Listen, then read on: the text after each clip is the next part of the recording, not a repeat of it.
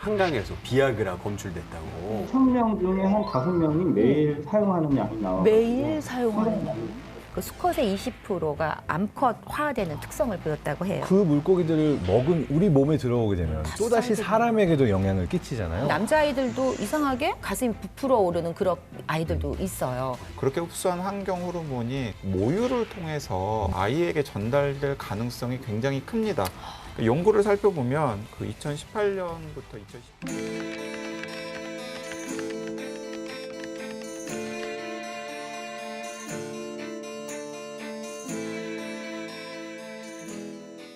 네, 오늘의 주제는 바로 환경 호르몬입니다.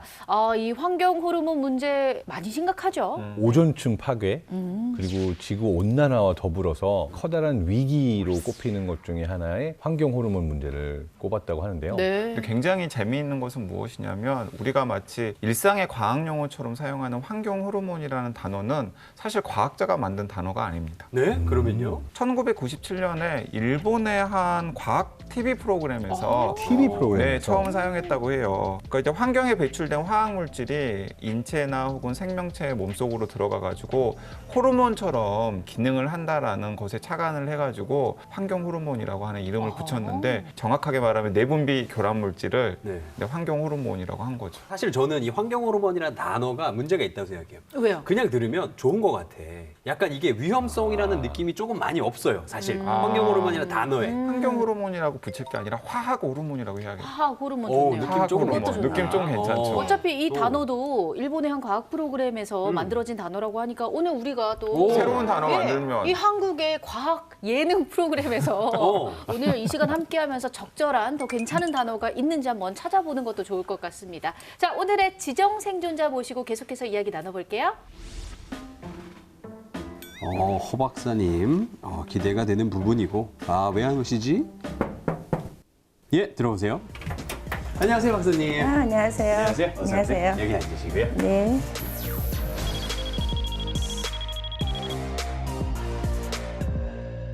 예, 그러면 소독부터 잠시 네. 하겠습니다. 조금만 드릴게요. 예.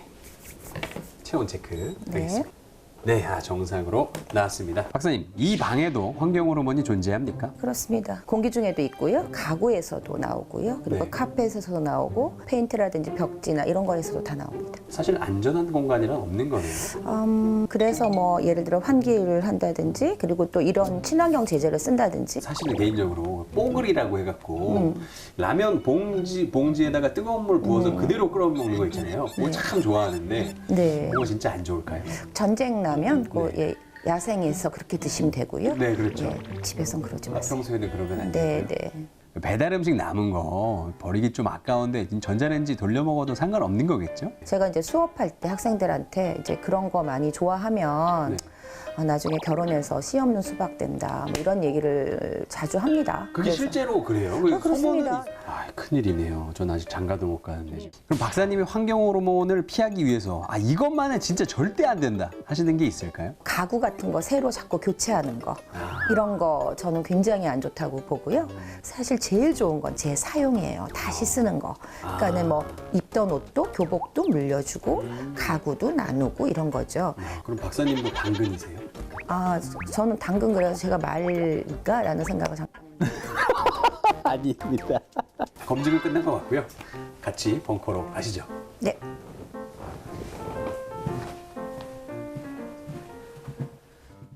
네, 오늘의 지정 생존자 어서 나와주세요.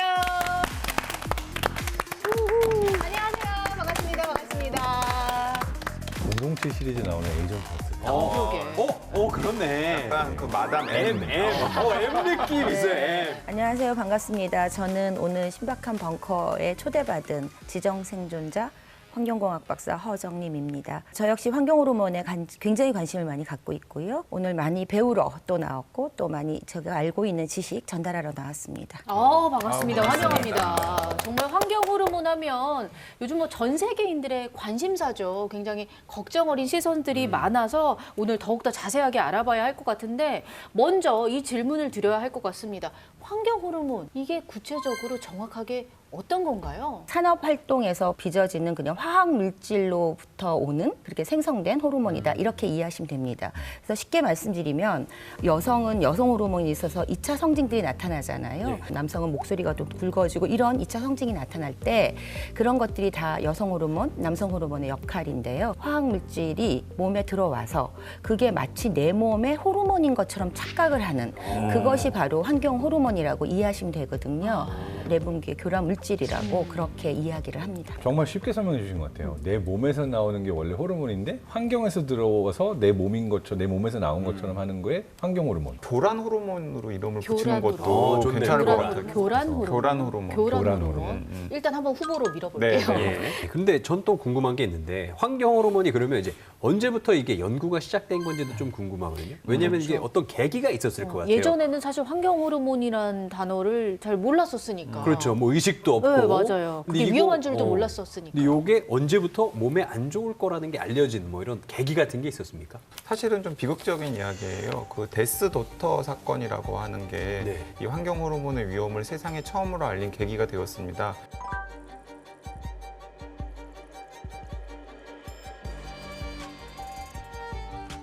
임신을 한 다음에 유산될까 봐 굉장히 걱정을 하잖아요. 예. 그래서 유산 방지를 위해서 DES라고 하는 호르몬제를 복용을 했어요. 네. DES. 그 DES가 디에틸스틸베스트롤이라는 것의 약자거든요. 그런데 이제 문제가 생겼습니다.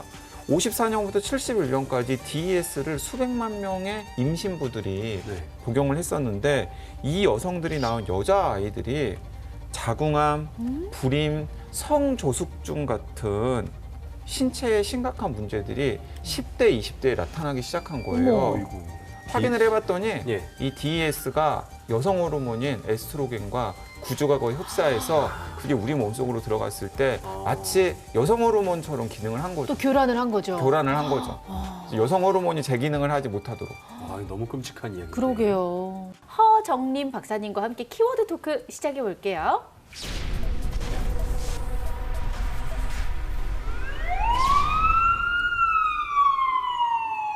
외부에서 메시지가 도착했습니다. 이번 키워드는 영수증입니다. 네, 메시지가 도착했습니다. 첫 번째 키워드는 영수증입니다. 영수증 뭐 우리 다 뭐 가방 속에, 지갑 속에 혹은 주머니 속에 찾아보면 한두 개씩 있잖아요. 맞아요. 가방 안에도 한 10장 정도 있고. 제 10장이나? 네, 제 친구 같은 경우는 지갑 이렇게 보잖아요. 그럼 네. 영수증이 이만큼씩 있어, 막 애가. 계산하기 좋아하는 친구인가 보다. 착한 좋은 친구야. 친구네요. 아, 착한 네. 친구인데. 좋은 친구네. 이게 환경 호르몬이랑 무슨 관련이 있다는 건지 잘 그러게. 모르겠네요. 저는 영수증을 손으로 만지지 않아요. 아, 네, 계산 그러니까 안 하시잖아요. 아, 그래. 그래서 안 만진다는 건가 보다. 인성 문제인가? 아니 이제 웬만하면은 결제 액수만 확인하고 네. 영수증을 출력하지 말아달라고 저는 부탁을 하는 편이거든요. 이유가 있습니다. 왜냐하면 우리가 일상생활에서 자주 접하는 영수증에서 바로 환경 호르몬이 나옵니다. 영수증에서요? 네. 영수증에서 환경 호르몬이 나와요? 그냥 종이 아닌가? 박사님 이거 진짜인가요? 맞습니다. 비스페놀 A라고 하는 환경 호르몬이 이제 나오는 건데요.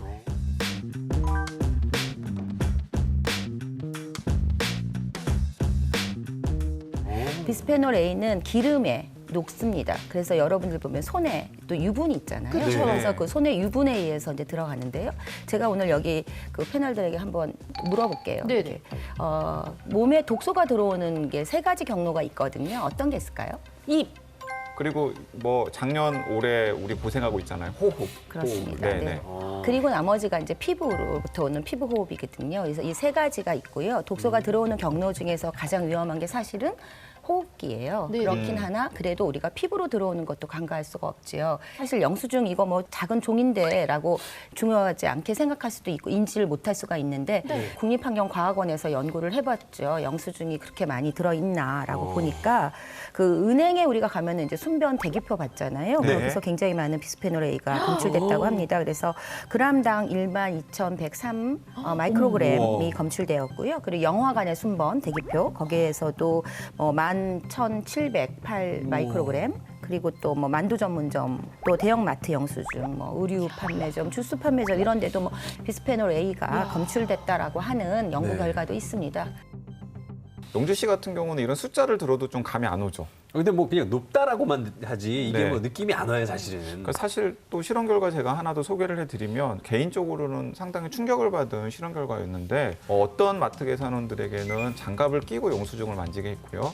어떤 마트 계산원들에게는 일주일 동안 장갑을 끼지 않고 맨손으로 영수증을 만들게 했어요. 네. 딱 일주일입니다. 장갑을 착용한 계산원의 소변에서는 업무 전에는 밀리리터당 0.39 나노그램이 예. 나왔는데 업무 후에는 0.49 나노그램, 그러니까 약 25% 정도 증가한 거죠. 장갑을 착용하지 않은 계산원의 경우에는 업무 전에는 또 비슷했어요. 0.45 나노그램. 근데 업무 후에는 2배나 높은 0.92 나노그램.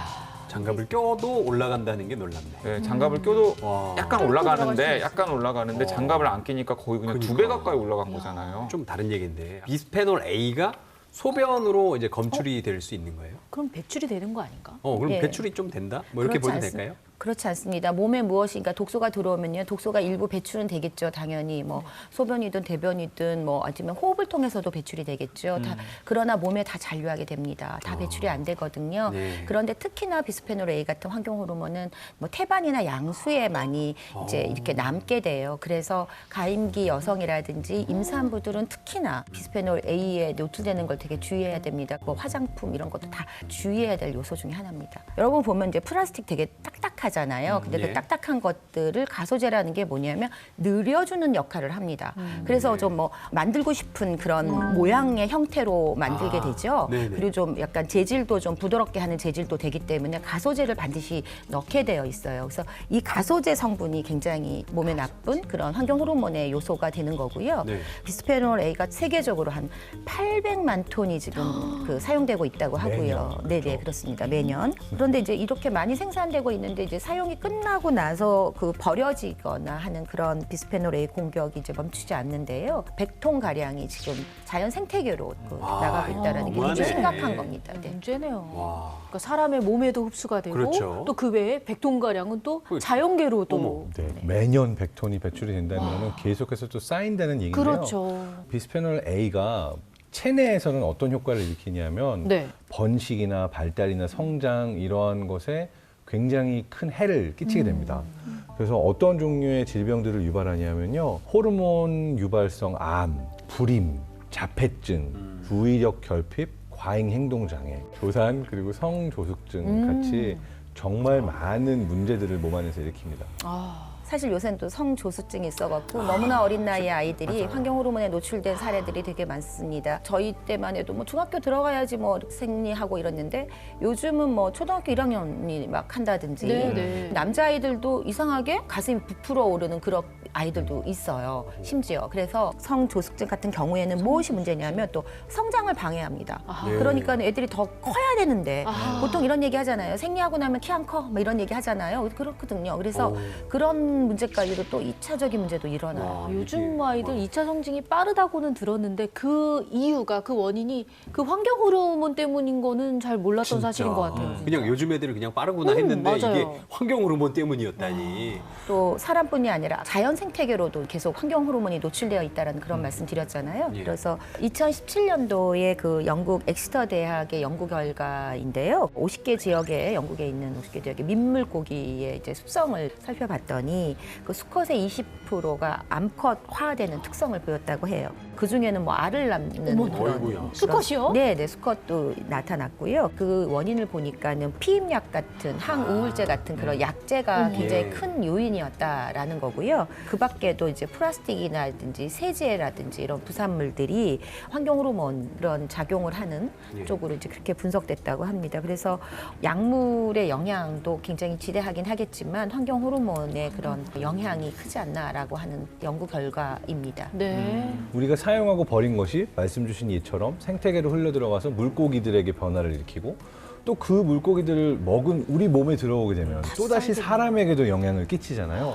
굉장히 많은 추적과 관찰이 필요한 분야라서 더 어려운 것 같습니다. 아니 그러면은 네. 이거 지금 이 말대로라면은 나중에는 뭐 저도 알 낳을 수 있는 거예요?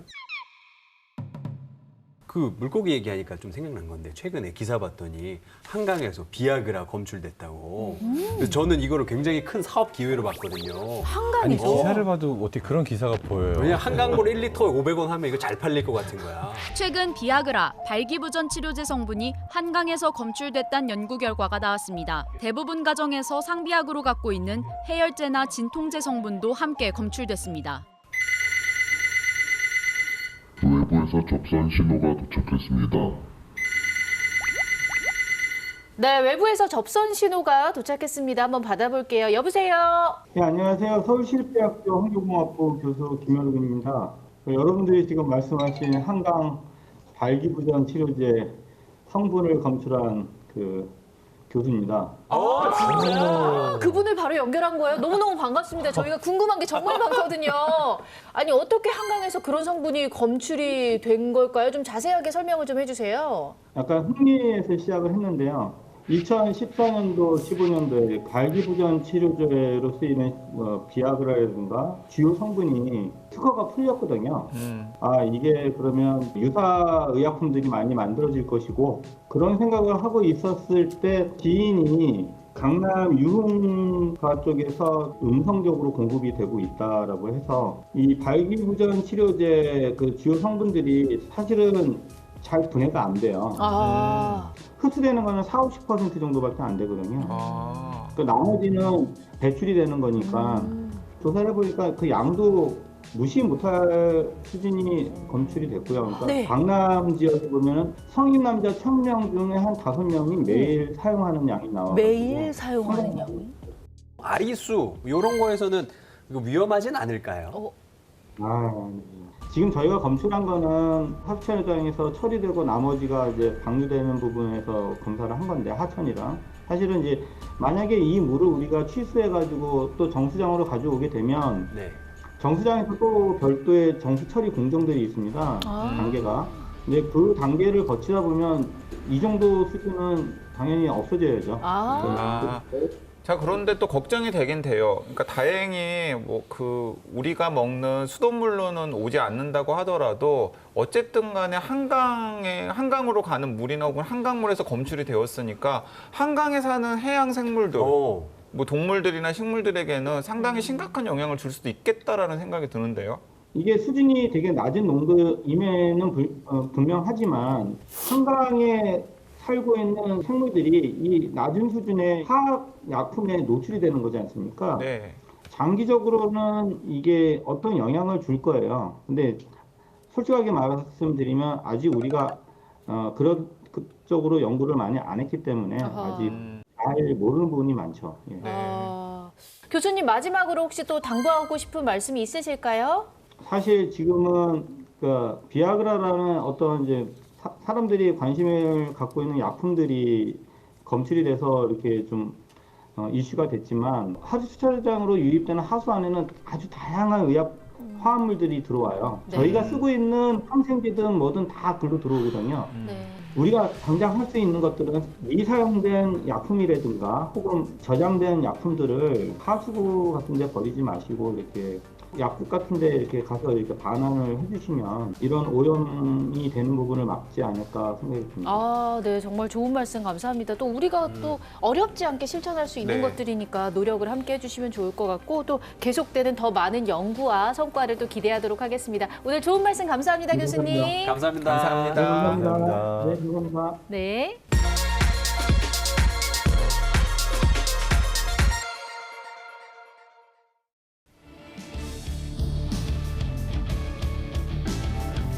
안녕하세요.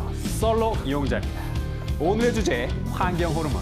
많은 분들이 관심을 가지는 주제인 만큼 화학 물질을 무서워하는 케모포비아 분들의 사연이 오늘 많이 준비되어 있습니다. 어떤 사연인지 우리 함께 들어볼 준비 됐습니까? 되셨습니까? 박사님? 되셨어요? 박사님? 오늘 박사님이 두 분이나 계시네. 혹시 박사님이세요? 아니요. 박사님이세요? 네. 네. 자, 오늘 박사님들 세 분 모시고 그냥 맞다고 해봤어요. 얘기 네. 나눠보도록 하겠습니다. 척척 박사님. 네. 뭐 오늘 마치는 거예요, 뭐예요? 오늘은 퀴즈가 없고요. 오늘은 사연이에요. 아니 왜 예. 퀴즈 안 가지고 왔어요? 그러니까. 기대했는데. 님들이 너무 잘 맞추셔서요. 작가들이 화가 났어요. 네, 파업 중이래요. 네, 퀴즈 파업 중입니다. 자, 오늘 첫 번째 사연입니다. 믿는 도끼의 발등님이 보내주신 사연인데요.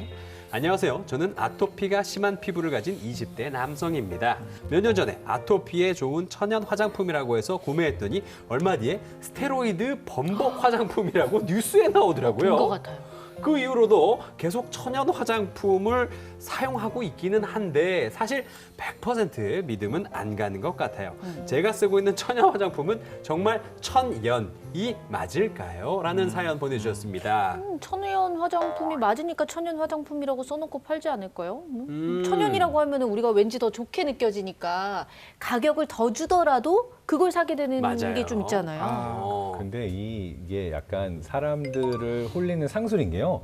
천연이라고 하더라도 화학물질은 그대로 들어있을 수가 있고요. 네? 그리고 또 하나는 2018년까지는 천연 물질이 0.1%만 들어있어도, 그러니까 거의 안 들어있어도 천연 화장품이라고 표기할 수 있었다고 해요. 그러니까 사실은 천연 화장품이 아니라 천연 물질이 조금 들어간 화장품. 0.1%? 그렇죠. 아니, 아니. 0.1% 들었는데 어떻게 그거를 천연 화장품이라고 할 수 있는 거예요? 0.1%가 이제 포함이 되어 있으면 그걸로 쳐준다라고 친다면 네네네. 네. 저도 0.1% 송중기랑 똑같거든요. 한국인이잖아. DNA를 0.1% 이상 공유한다고. 왜 나를 그렇게 보는 거야? 한국식품위생안전성학회에서 온 오프라인 매장에서 이제 판매되고 있는 천연 물질을 사용한 화장품 56가지를 한번 해봤는데요. 그 중에서 3개가 이제 잔류용 농약이 나오고 13개 제품에서는 보존제 성분이 검출되었다고 하거든요. 프랑스 에코서트와 코스메비오에서 유기농 인증을 받은 100% 아르가인 오일에서도 농약 성분인 말라티온이 검출되기도 하고요. 유기농에서 어떻게 농약 성분이 농약? 농약이 나왔다고요? 지금 내가 귀를 잘못 들었나? 농약 맞죠 지금? 아니잖아요. 사실 이제 유기농으로 살충제를 쓰지 않았죠. 이제 양심적으로. 그렇지만 이런 성분이 검출될 수 있습니다. 왜냐하면 인근에서. 대기 중에 네. 그리고 또 지하수 중에 토양에서 네. 이런 부분이 있기 때문에 이런 결과들이 나올 수 있는 여지가 있는 거죠. 근데 소비자들이 너무 실망을 해가지고 이 부분에 있어서 조금 더 가이드라인이 좀 바뀌기도 하기는 하지 않았나요? 네, 바뀌었어요. 그래서 이제 지금 영주 씨가 소개한 사연의 화장품들이나 이 제품들은 대체로 2018년 이전의 문제고요. 네. 2019년부터는 천연 화장품에 대한 기준이 사실 굉장히 엄격해지긴 했습니다. 첫 번째는 합성 원료를 5% 이하로 사용한 제품. 5%. 이거 좀 말이 되잖아요. 네. 예. 뭐 그 역으로 천연 원료나 천연 유래 원료가 전체 제품에서 95% 이상. 아까 0.1% 아니었어요? 네, 근데 이제 95% 이상. 훅 올라갔어. 어머. 네, 맞아. 그리고 이제 이 3번 부분이 굉장히 중요한데 석유화학 부분은 2%를 초과하지 않는 미만. 이런 조건들을 충족시켰을 때 천연 화장품으로 표기하도록 했어요. 그래 뭐 올라가긴 했지만 그래도 뭐 천연은 아니네. 약간 100%는 아니죠. 준천연이다. 이렇게 볼 수 있겠네요. 자, 그러면 다음 사연 들어보도록 하겠습니다. 등푸른 생선님께서 보내주신 사연입니다. 저는 건강을 위해 오메가3를 챙겨 먹는데요. 얼마 전에 케모포비아 친구를 만났는데 오메가3를 먹는 건 환경 호르몬을 먹는 것이라고 하더라고요. 친구 앞에선 과장하지 말라고 하고 그냥 넘겼는데 집에 와서 찾아보니까 이게 아주 틀린 말은 또 아니더라고요. 중금속도 환경 호르몬이라고 하고 근데 이게 또 괜찮다는 말도 있고 어떤 게 진실인지 정확히 알고 싶어요라고 사연 보내주셨습니다. 이제 박사님께서 좀 더 정확하게 설명을 해주실 텐데 사실은 조금 걱정을 해야 될 대목이긴 합니다. 왜냐하면 시중에서 유통되는 오메가3는 생선에서 원료를 추출을 하거든요. 네. 그런데 오염된 바다에서 살아가는 그 생선도 환경 호르몬 같은 내분비계 교란 물질, 미세 플라스틱 같은 것에 노출되어 있을 가능성이 크잖아요. 예. 그러면 그 생선에서 추출한 기름을 가지고 만든 오메가3 같은 경우에는 뭔가 문제가 있을 수도 있죠. 아니 우리가 건강하려고 챙겨 먹는 영양제인데 그거 먹어서 그럼 더 안 좋아질 수도 있다는 거예요? 그러게. 먹지 말아요? 저도 먹고 있는데. 그래도 먹는 게 좋지 않을까. 그러니까 이것도 굉장히 뭐 박사님들이 막 만드신 이거 건데 뭐 영양제 좋다고. 그렇죠. 뭐 똑똑한 사람들이 만든 네. 건데 우리 뭐 무식한 우리 먹어야지 뭐. 도움이 될 겁니다, 분명히. 예. 그런데 사실 이제 이런 문제를 왜 얘기하냐면 오메가3의 원료가 이제 동물성 오메가3와 식물성 이렇게 나눌 수 있고요. 네. 동물성 중에서도 이제 큰 물범이라든지 그다음에 뭐 연어라든지 이런 쪽에서 축출한 것들이 이제 중대형 어류들도 있고요. 예. 그리고 고등어나 정어리, 멸치와 같은 그런 소형 어류에서 오거나 아니면 해조류에서 이제 오메가3를 채취해서 이제 우리가 의약품으로 만들어서 먹고 있는 거고요. 예. 그래서 이제 이게 환경 호르몬을 좀 작게 하려고 그러면 소형 어류에서부터 온 것이 원료로서 조금 더 보다 안전하다라고 하는 이야기입니다. 생물 농축 현상이라는 굉장히 중요한 개념입니다. 그래서 참치 같은 애들은 정말 너무너무 청정한 남태평양 같은 데서 막 살잖아요. 깨끗한 그런 해양 생태계에서 사는 것 같지만 사실은 그 미세 플라스틱들 물에 있으니까 결국은 용출이 되거든요. 네. 거기에는 비스페놀 A와 같은 그런 종류의 모든 환경 호르몬들이 근데 그런 아이들이 그 물속에서 있는 거죠. 아이고. 그리고 거기 사는 생물들이 그걸 또 먹고 그렇죠. 그게 걔네 몸에 쌓이고 흡수되고. 또 걔네를 또 다른 애가 먹고 그렇죠. 결국엔 그게 우리 식탁에 올라와서 제가 맛있게 먹고 우린 참치다 이러고 먹는 어이구. 거예요. 그러니까 그게 이제 기하급수적으로 그 농축이 더 된다라는 거가 생물 농축 현상이에요. 네. 알겠습니다. 자, 어쨌거나 이 사연 보내주신 사연자분도 그리고 또 케모포비아를 갖고 있는 친구분도 각자에 맞는 영양제 잘 찾으시길 바라겠습니다. 예, 썰렁영자 오늘 여기에서 마무리 짓도록 하겠습니다. 다음 주에는 더욱 재밌는 썰로 찾아뵙도록 하겠습니다. 작가 여러분 제발 퀴즈 네, 부탁드립니다. 퀴즈가 퀴즈가 재밌어, 좋아요. 그지? 네, 예, 그러면 다음 주에 만나요. 뿅.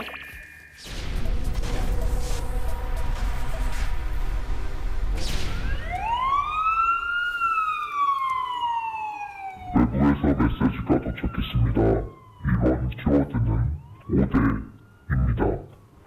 자, 메시지가 도착했습니다. 두 번째 키워드는 바로 5대, 네. 숫자 5대였습니다. 5대 무슨 의미일까요? 5대 환경 호르몬이 있다. 뭐 이런 거 좀 많이 하잖아요. 환경 호르몬의 5대 천왕. 5대 천왕 뭐 이런 게 있을 수도 그 있고. 5대 천왕 뭐예요? 아까 뭐 비스페놀 A? 비스페놀 A. 네, 그거 있고. 비스페놀 A, 비스페놀 B, C, D, E. 우리 둘이 같이 맞힌 거예요. 이거 맞아요? 이거 아닐라나? 아니겠죠? 네, 아니에요. 아닐 것 같아요. 네. 네. 5대까지 유전된다라는 겁니다. 아, 5대. 네네. 아, 나부터 시작해서 맨 밑으로 5대. 네네. 자식의, 손자의, 증손주의 아들까지. 네, 그렇습니다.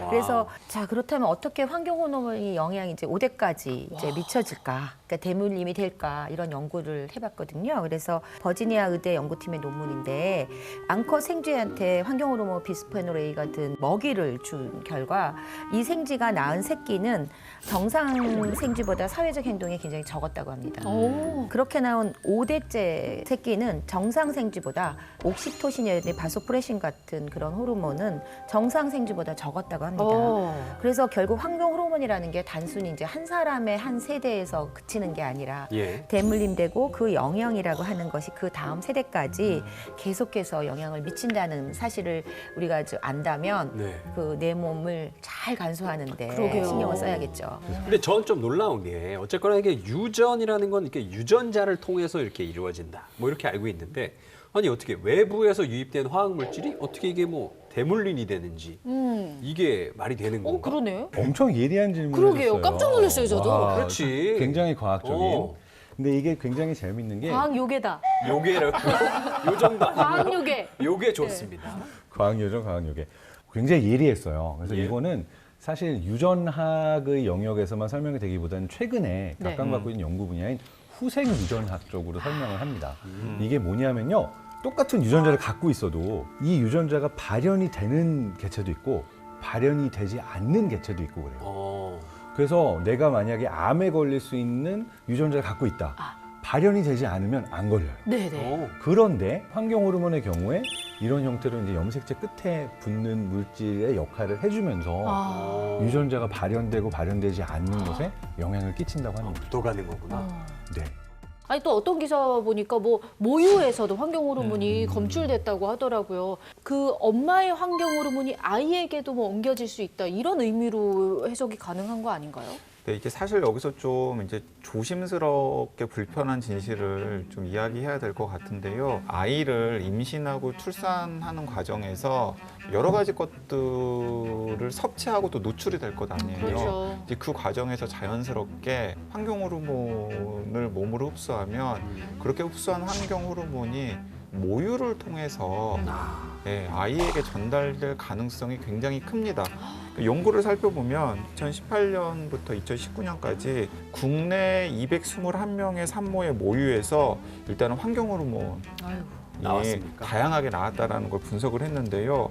예를 들어서 푸탈레이트는 5.4에서 83.3%, 그리고 파라벤, 트리클로산, 비스피놀 A 같은 경우는 25.8%에서 88.2%가 관찰이 되었어요. 진짜 높다. 이제 모유가 환경 호르몬으로부터 그다지 안전하지 않다라는 걸 이제 말해주는 것이고요. 사실 그 바다에 사는 생물 중에서 우리 인간과 가장 흡사한 게 고래류잖아요. 예. 근데 고래류 같은 경우에는 전체적으로 바다에 살고 있는 고래류의 몸에서 환경 호르몬과 유사한 화학 물질들이 많이 검출이 돼요. 근데 유독 네. 화학 물질들이 검출되는 빈도가 낮은 고래들이 있어요. 왜 어떤 거래요? 수유를 하고 있는 고래들. 암컷 이게- 고래들 중에서 수유를 하고 있는 고래들은 유독 몸속에 환경 호르몬 같은 화학 물질의 농도가 다른 고래들과 비교했을 때 낮아요. 배출되는 거야. 무엇으로 모유, 배출되고 모유로. 있어요? 모유로 오. 배출되고 있는 거죠. 와. 와, 이거 이거는 조금 진짜 충격적이죠. 충격적, 진짜 그쵸? 충격적이야 이거는. 이거는 사실 내 아이 위해서 네. 힘들지만 엄마들이 모유수유를 선택하는 건데 아이에게 오히려 해가 될 수도 있다고 하니까. 모유에 나왔다는 얘기는 어머니 몸 안에 있었다는 얘기고, 어머니 몸 안에 있었다는 얘기는 우리가 살고 있는 이 환경 안에 그만큼 환경 호르몬이 많았다는 그러게요. 얘기죠. 그래서 그것이 이제 보여지는 게 모유로도 보여진다. 네, 그렇습니다. 모유가 문제가 아니라 그렇죠. 네. 그러니까 저도 사실 동의하는데요. 그래서 제가 아까 조심스럽게 말씀을 드렸는데 세계보건기구 같은 곳에서는 설사 모유에 유해 물질이 포함되어 있다고 하더라도 여러 가지 이점들이 많기 때문에 여건이 허락한다면 태어나서 한 24개월 동안은 모유 수유를 권장을 하고 있고 그에 대해서는 모든 분들이 다들 예. 동의를 하고 계세요. 이제 그러니까 이런 것들을 좀 주의하시면 좋을 것 같아요. 예를 들어서 임신부나 혹은 이제 아이를 막 낳은 이제 임산부 같은 경우에는 평소에 참치 너무 좋아하세요. 그런데 좀 피하시는 게 좋죠. 아. 참치를 통해서 환경 호르몬과 같은 화학 물질들이 몸으로 들어올 가능성이 있잖아요. 그리고 물론 임신부나 혹은 막 아이를 낳은 엄마들도 예뻐질 권리는 있죠. 하지만은 화장품이나 화장을- 이런 것들 많다 많이 바르거나 아니면 화학물질이 다수 포함되는 네. 미용용품을 많이 사용하다 보면 본인도 모르게 그게 어쩔 수 없이 몸에 흡수가 되고 만약에 그분이 모유수유를 한다 그러면은 이 모유를 통해서 아이에게 전해질 가능성이 있기 때문에 그런 부분들을 조금 조심하면 되지 않을까.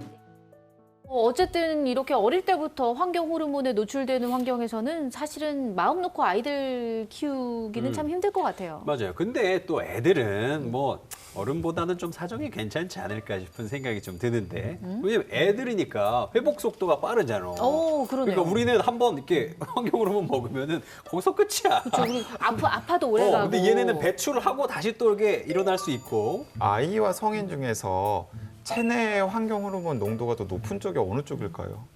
당연히 어른이죠. 당연히 어른이지. 아까 이렇게 축적되고 농축된다 그랬잖아요. 우리가 이 생태계 피라미드 위에서 애들보다 위잖아. 그런데 정말 반전 연구 결과가 있는데 설마 반대. 네, 환경부 국립환경과학원이 2012년부터 2014년까지 환경오염물질 9종의 체내 농도를 조사를 했어요. 네. 예. 그랬더니 나이가 낮을수록 대부분의 물질의 체내 농도가 높다라는 사실이 확인이 되었어요.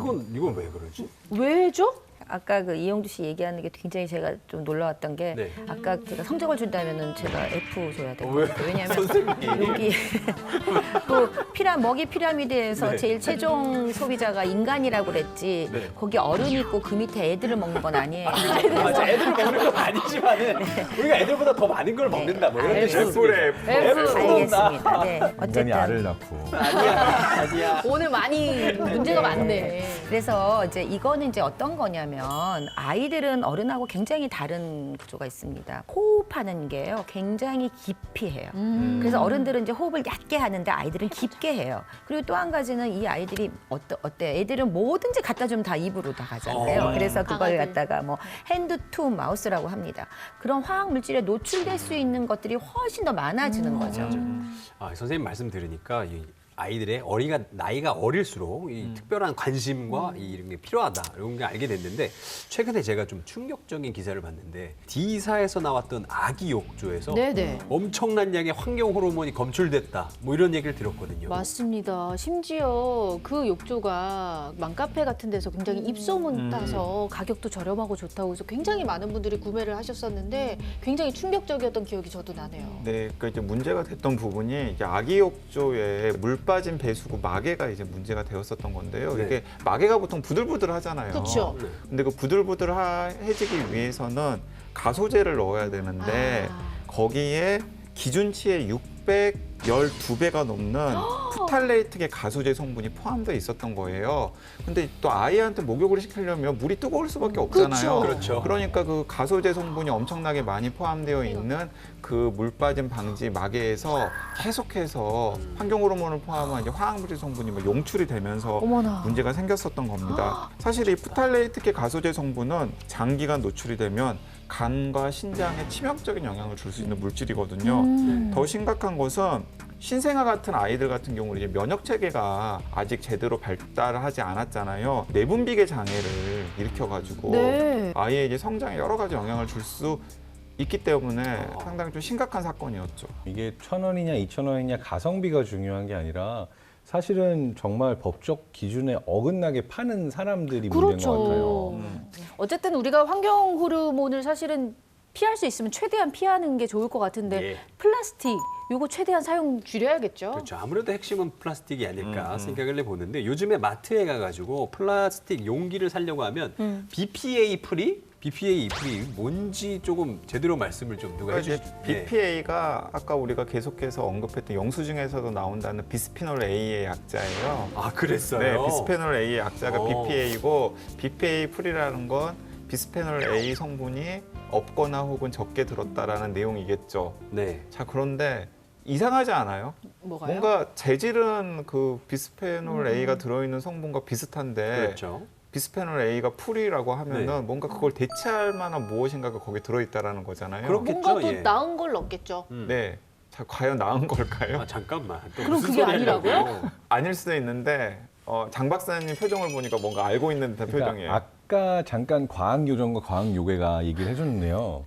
그 비스페놀 A 말고 뒤에 다른 알파벳이 붙지 않을까라는 짐작을 했었잖아요. 비스페놀 B, C. 네. D, 그러니까 F.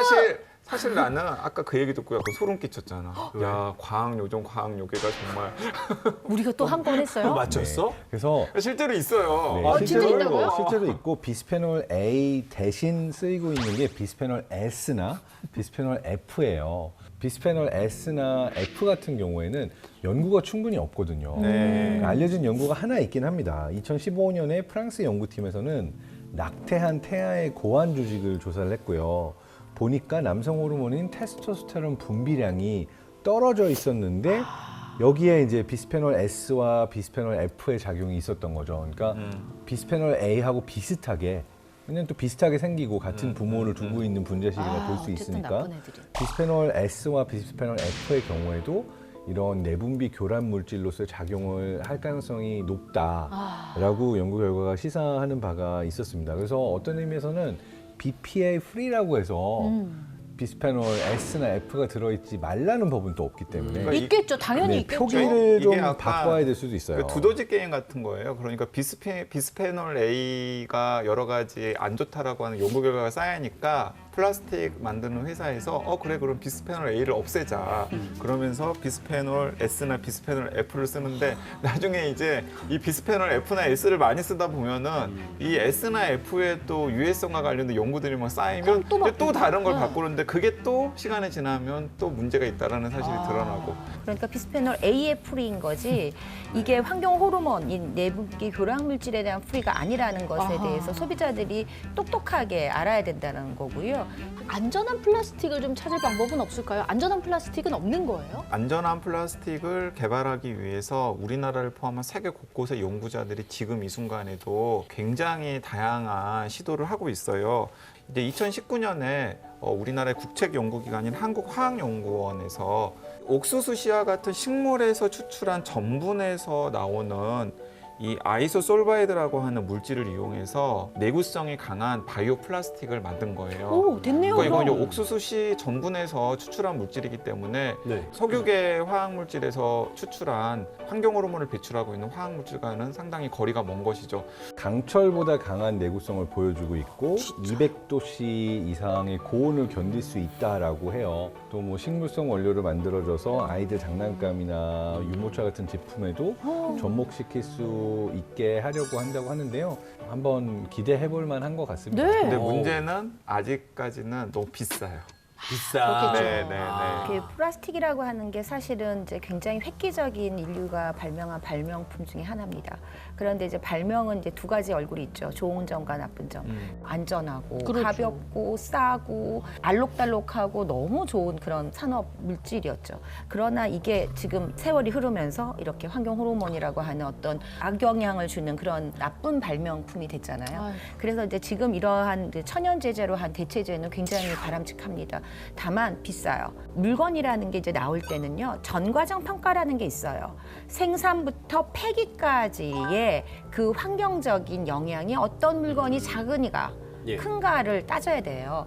그래서 조금 더 비싸지만 환경 전과정 평가에 충실한 제품이라면 기꺼이 소비자가 환경을 생각하고 다음 세대를 생각하는 입장에서 그걸 기꺼이 사줄 수 있는 소비자들도 함께 부응해서 좀 이런 대체제가 더 싸게 소비자들한테 더 찾아갈 수 있었으면 좋겠습니다. 네, 맞습니다. 뭐 요즘 같은 시대에 우리가 환경 호르몬을 100% 이게 피하면서 살 수는 없는 게 현실이다 보니까 더 관심을 갖고 줄이고자 하고 대체하고자 하는 노력이 필요할 것 같습니다. 자, 그럼 이제 생존 키트 열어보러 가볼게요. 자, 오늘은 또 이 가방 안에 어떤 아이템이 들어 있을까요? 자, 한번 열어보도록 하겠습니다. 먹을 게 들어있는 진짜 것 같아요. 먹을 거 있었어요? 네. 이거 말린 과일 아닌가요, 이거? 뭐예요? 열어볼까? 모가? 네, 맞습니다. 모가 향이 모가입니다. 나요? 모가 맞아요? 네, 모가 맞습니다. 말린 모가고요. 2016년에 발표된 이제 영국 왕립외과협회 연구에 따르면 방향제나 탈취제 같은 것들에서 이제 휘발성 유기 화합물이 나왔다는 거거든요. 진짜요? 네, 그래서 작은 입자로 해서 이렇게 흡입할 때 굉장히 독소에 위험해요. 그래서 그렇게 칙칙 이렇게 나오는 거 이런 것들 완전 굉장히 가스실이네, 그러면. 좋지 않죠. 방향제 그런 디퓨저를 대신한 그런 것들이 예전에 대안용품이 실제 있었으면 그냥 좋겠다. 모가를 차에다 넣어두기도 했었잖아요. 맞아. 맞습니다. 그 네, 얘기했었죠. 네. 그게 건강에는 훨씬 좋아요. 그럼요. 향도 좋고. 네, 네. 나중에 썩었어요. 또 바꿔주면 네. 돼요. 썩는다는 게 좋은 거예요. 그쵸. 네, 그쵸. 썩었다는 게 결국은 화학물질에 그만큼 덜 노출됐다는 거예요. 농약이 많이 들어가 있지 않은 모가라는 거예요. 맞아요. 네. 그 사실은 방향제와 더불어서 요즘 일상생활에서도 많이 사용하는 게 향초잖아요. 맞아요. 그 시청자분들 중에서도 지금 향초 켜놓고 이 방송 보시는 분들 있을 수도 은은하게. 그쵸. 네, 있을 거란 생각이 드는데 사실 향초도 방향제만큼이나 좀 권장해서는 안 되는 것입니다. 진짜요? 네, 왜냐하면 2009년에 사우스 캐롤라이나 대학 연구팀이 향초를 자주 사용하면 실내 공기질이 나빠지는 것은 물론이고 알레르기나 암의 발병 원인이 될 수도 있다라고 경고를 했습니다. 제가 생각하는 거 가장 좋은 거는요. 미세먼지도 그렇고 코로나도 그렇고 실내 공기에서의 건강한 생활 유지하려고 그러면 하루에 3번 30분씩 반드시 환기하는 거. 그게 무엇보다 중요합니다. 반드시 음식하실 때 환기하셔야 되고요. 항상 하루에 3번 30분씩 환기하는 게 가장 건강한 생활 습관 중에 하나가 될 거예요. 네, 하루 3번 30분씩 환기와 더불어서 사실 우리가 디퓨저나 향초 같은 거를 굉장히 선물로 많이 했었잖아요. 맞아요. 앞으로는 기왕이면 건강까지 챙기는 선물을 할 수 있게 이런 말린 모가 같은 꽃 같은 천연 거, 제품, 뭐 네, 이렇게. 이런 걸 선물하면 훨씬 더 좋을 것 그러니까 이제 같습니다. 디퓨저나 향초를 선물하는 건 환경 호르몬이나 미세먼지를 선물하는 먼저 거죠. 가라 이거야. 네, 이렇게 가라, 건강까지 먼저. 생각하는 선물이 있으니까요, 여러분 많이 애용해 주시기 바랍니다. 자, 오늘의 생존 키트 아이템까지 잘 확인해 봤습니다. 네, 신박한 벙커 벌써 마무리할 시간입니다. 박사님 오늘 함께 하셨는데 어떠셨어요? 이 벙커 분위기도 너무 좀 새로운 경험이고요. 그리고 정말 전문가들과 요정과 요괴 함께 요물 예, 혹은 요괴. 네, 너무너무 재밌었고 저도 다시 한번 좀 상기하는 그런 기회가 돼서 굉장히 즐거웠습니다. 네. 또 불러주세요. 네네네. 고맙습니다. 예. 우리가 생활하면서 환경 호르몬을 피하고 사는 건 거의 불가능하겠지만 그렇죠. 조금만 신경 쓰면 다양하게 피할 수 있는 방법이 존재한다는 거 오늘 많이 배웠습니다. 시청자 여러분들도 꿀팁 많이 얻어가셨기를 기원합니다. 네, 시민들의 안전을 지키는 생존 탐구 프로젝트 신박한 벙커. 저희는 다음 시간에 다시 찾아뵙겠습니다. 고맙습니다. F F 오늘 참담합니다.